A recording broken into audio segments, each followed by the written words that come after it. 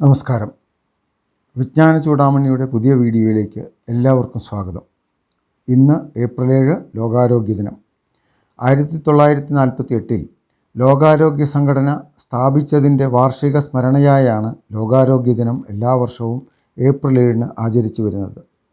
2024 ലോകാരോഗ്യ ദിനത്തിൻ്റെ പ്രമേയം എൻ്റെ ആരോഗ്യം എൻ്റെ അവകാശം, എല്ലാവർക്കും എല്ലായിടത്തും ആരോഗ്യപൂർണമായ ജീവിതത്തിനുള്ള അവസരം നൽകുക എന്നുള്ളതാണ്. എന്താണ് ആരോഗ്യം? സമ്പൂർണമായ ആരോഗ്യം എന്നത് കേവലം രോഗങ്ങൾ ഇല്ലാതിരിക്കുന്ന അവസ്ഥയല്ല, മറിച്ച് ശാരീരികാരോഗ്യം, മാനസികാരോഗ്യം, വൈകാരികാരോഗ്യം, സാമൂഹികാരോഗ്യം, ആത്മീയാരോഗ്യം, ബൗദ്ധികാരോഗ്യം എന്നിവയുടെ സന്തുലിതമായ സങ്കലനമാണ്. ശാരീരികാരോഗ്യം ശരീരത്തിലെ എല്ലാ ബാഹ്യ ആന്തരിക അവയവങ്ങളും ശരിയായ രീതിയിൽ പ്രവർത്തിക്കുന്ന അവസ്ഥയാണ് ശാരീരികാരോഗ്യം. മാനസികാരോഗ്യം ഒരു വ്യക്തിയുടെ ചിന്തയും പ്രതികരണവും ശരിയായ രീതിയിലും അളവിലുമാകുന്ന അവസ്ഥ ശാരീരികാരോഗ്യത്തിനും ആവശ്യമാണ്. വൈകാരികാരോഗ്യം ഒരു വ്യക്തി ഓരോ വിഷയങ്ങളിലും മിതമായും പക്വമായും വൈകാരികമായി പ്രതികരിക്കുകയും മറ്റുള്ളവരുടെ വികാരങ്ങളെ മാനിക്കുകയും ചെയ്യുന്ന അവസ്ഥ.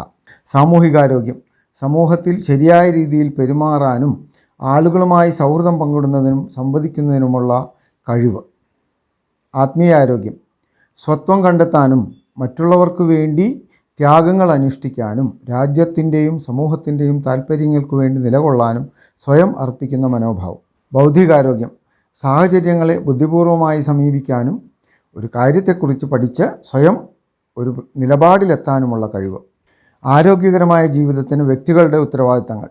ഒരു വ്യക്തി തൻ്റെ ആരോഗ്യവും സന്തോഷവും തൻ്റെ നിയന്ത്രണത്തിലാകണമെന്നു മനസ്സിലാക്കുക എന്നതാണ് പ്രധാനം. സാഹചര്യങ്ങളും മറ്റു വ്യക്തികളും സ്വാധീനിക്കുമെങ്കിലും അവനവൻ്റെ മനോഭാവവും തിരഞ്ഞെടുക്കാനുള്ള കഴിവും പ്രവർത്തനവുമാണ് ഒരാളുടെ ആരോഗ്യവും സന്തോഷവും രൂപപ്പെടുത്തുന്നത്. എപ്പോഴും ശാരീരികമായ ചുറുചുറുക്ക് നിലനിർത്തുകയും മറ്റുള്ളവരുമായി സംവദിക്കുകയും സ്വന്തം അസുഖങ്ങളുടെയും ചികിത്സയുടെയും അപകട സാധ്യതകളുടെയും വിവരങ്ങൾ അറിഞ്ഞിരിക്കുകയും കൃത്യമായ ആരോഗ്യ പരിശോധനകളും ഡോക്ടറുടെ സേവനവും മുടക്കം കൂടാതെ തുടരുകയും ചെയ്യുക. കുടുംബത്തിൻ്റെ ഉത്തരവാദിത്തങ്ങൾ. രോഗിയായ വ്യക്തിക്ക് ശരിയായ രോഗനിർണയത്തിലും ചികിത്സയിലും സാമ്പത്തികമായും മാനസികമായും പിന്തുണ നൽകുക. ശാരീരികമായ വൈകല്യമുള്ള വ്യക്തികളെ സഹായിക്കുക. ശിശുക്കളുടെ രോഗപ്രതിരോധ പ്രവർത്തനങ്ങളിൽ ആത്മാർത്ഥമായി പങ്കെടുക്കുക.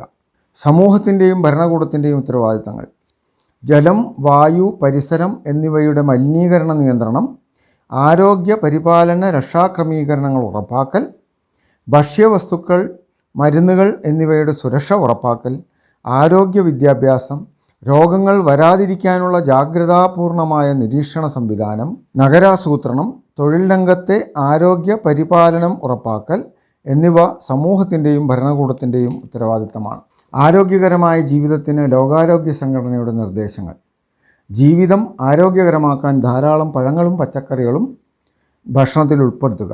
ശരീരത്തിന് യാതൊരു ഗുണവുമില്ലാത്ത ഭക്ഷ്യവസ്തുക്കൾ ഒഴിവാക്കുക. കൊഴുപ്പ്, പഞ്ചസാര, ഉപ്പ് എന്നിവയുടെ ഉപയോഗം കുറയ്ക്കുക. വ്യായാമം ഒരു ശീലമാക്കി ശരീരഭാരം ക്രമീകരിച്ചു നിർത്തുക.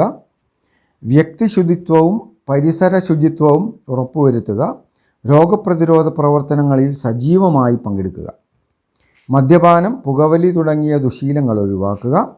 മരുന്നുകൾ യോഗ്യതയുള്ള ഒരു ഡോക്ടറുടെ നിർദ്ദേശത്തോടെ മാത്രം ഉപയോഗിക്കുക. ശാരീരികവും മാനസികവുമായ അസ്വസ്ഥതകൾക്കൊരു ഡോക്ടറുടെ സേവനം തേടുക. വിവേചനമില്ലാതെ സുരക്ഷിതവും ഗുണനിലവാരമുള്ളതുമായ ആരോഗ്യ സേവനങ്ങൾക്കുള്ള അവകാശം. ആരോഗ്യ വിവരങ്ങളുടെ സ്വകാര്യതയും വിശ്വസനീയതയും ഉറപ്പാക്കുന്നതിനുള്ള അവകാശം. ചികിത്സയെക്കുറിച്ച് അറിയാനുള്ള അവകാശം.